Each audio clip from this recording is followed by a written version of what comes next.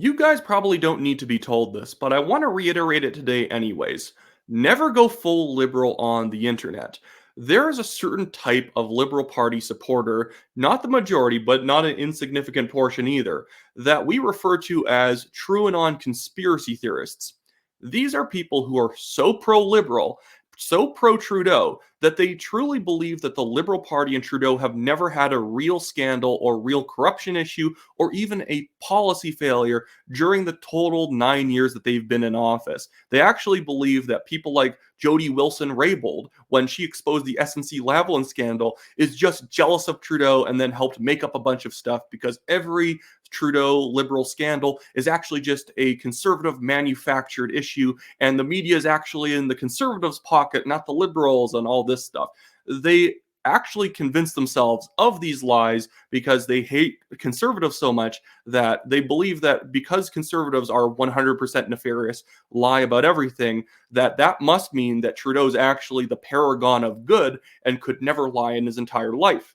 And this leads them to doing such weird things as claiming just photos of Pierre Poilievre are faked. Pierre Poilievre being at a rally and someone taking a photo of him, that is a faked Conservative Party photo that was then leaked through a small Conservative account on Twitter in order to make it look like Pierre Poilievre has more support than he really does. And none of this makes sense from the get-go, but I'll at least show you what the photo is that a bunch of these people are freaking out about today. They believe that this photo is faked. Pierre Poilievre at a rally that thousands of people, or at least hundreds of people, were at and could verify was real, that this is all a setup, that the Conservatives paid actors, or at least all these people are CGI, and then they have green screened or blue screened in Pierre Poilievre to make it look like a big crowd of people showed up for him in Halifax, when in reality it's just a studio or whatever, and there's someone with Photoshop that's making this all look real. And I've said this before in other videos, man, if the Conservative Party was this good at blue screening things, that Disney should fire whoever's doing their CGI and they should hire the Conservative Party, because apparently they can do things completely photorealistically without even a hint of fakery. But there's a lot of people who shared this conspiracy theory that this was exactly what happened. The Conservative Party has faked this photo. And you'll see this little blue circle around the phone in the foreground. And they're claiming that this is somehow evidence that Pierre Poilievre isn't really there, because I guess these people have really bad eyesight and they can't see that the phone in the foreground recording the event has a different angle. So obviously it wasn't going to look like the photo further back taking this photo. And I don't know if they just have tricked themselves into thinking Pierre Poilievre's not really in the photo, like he's some vampire or something.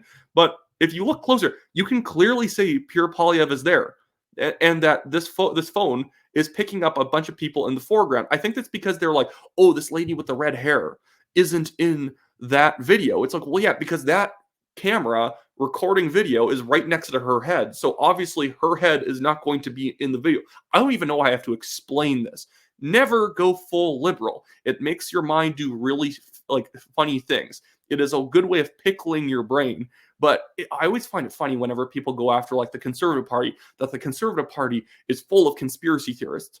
I haven't really met them yet, all these supposed conspiracy theorists. There are far more people who vote for the Liberals and the NDP who can convince themselves of actively anything in order to take an anti-conservative position. And like mark my words, if you talk to any of these people posting this stuff, they truly believe that this is a faked photograph, despite the fact that if you got a bunch of actors into a room to pretend there was a rally going on, why not just have Pierre Poilievre show up and do the rally, do the pretend rally? But they've convinced themselves that somehow the Conservative Party, that one, Pierre Poilievre is not nearly as popular as he is, even though the polls clearly show he's very popular, that the Conservatives brought a bunch of people into a room and then took videos and photos of them jumping up and cheering, and then they just blue screened in Pierre later rather than just having Pierre show up, as if the implication is Pierre so unpopular.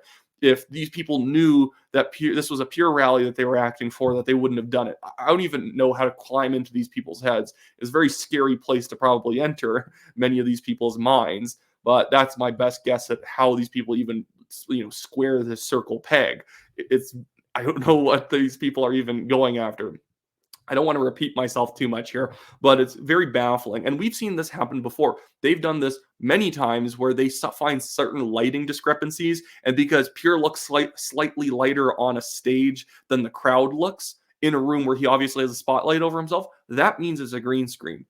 Well, God, I don't know what to tell you. And these people are the same ones, again, who think that the media is actually pro conservative because they do not basically fart catch the way TruAnon people do. The media doesn't. That means that they're anti-liberal because they're not full-on Goebbels-style liberal propagandists. That means they're actually in it for the conservatives. You'll see these people sharing charts of all these like media publications and show, well, in the last election, all these publications endorsed the conservatives. Like, well, no, they did not. There was a conservative opinion writer who endorsed the conservatives during that election cycle, and you're mistaking that for being the entire paper endorsing the conservatives when it's just their most popular opinion writer. No mistake that the most popular writer is going to be conservative because they tend to write true things compared to a liberal. That means that, like, for some reason the National Post and the Toronto Sun and the CBC and the Globe and Mail endorse the conservatives. Like, no, a lot of these publications are either very soft conservative or very obviously liberal. I've seen some people imply that the Toronto Star is pro-liberal. I don't know how they get to that conclusion, but they have.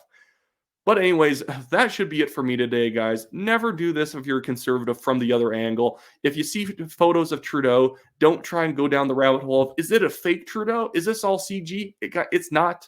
Every once in a while, you'll see a photo of like the royal family that was CG edited, but that's like the royal family who is so image obsessed that they've for some reason taken the best photos of each member of the family to insert into it, and it makes like this really uncanny like image. But like for the most part, most things that happen in politics are real. There's not a lot of like fake stuff going on, because to fake something you need 10 times the budget that any Canadian party has. Anyways, that should be it for me today, guys. I have my Give, Send, Go in the description of this video.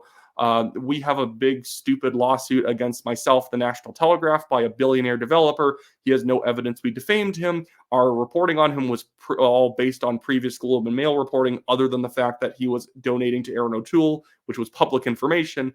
And I guess that was what deserved us a $600,000 or $900,000 lawsuit. I can't explain it to you, and this guy can't explain why he's suing either, even though we're 2 years into it. But if you want to help us take the burden of the costs off of us, donating anything to the Give, Send, Go really helps us out. We've paid more than $26,000 in, and so even $5, $10 makes it so that we can reinvest, hopefully, in the National Telegraph and not put all of our funds behind the scenes into this lawsuit. Anyways, that should be it for me today, guys. Have a good one.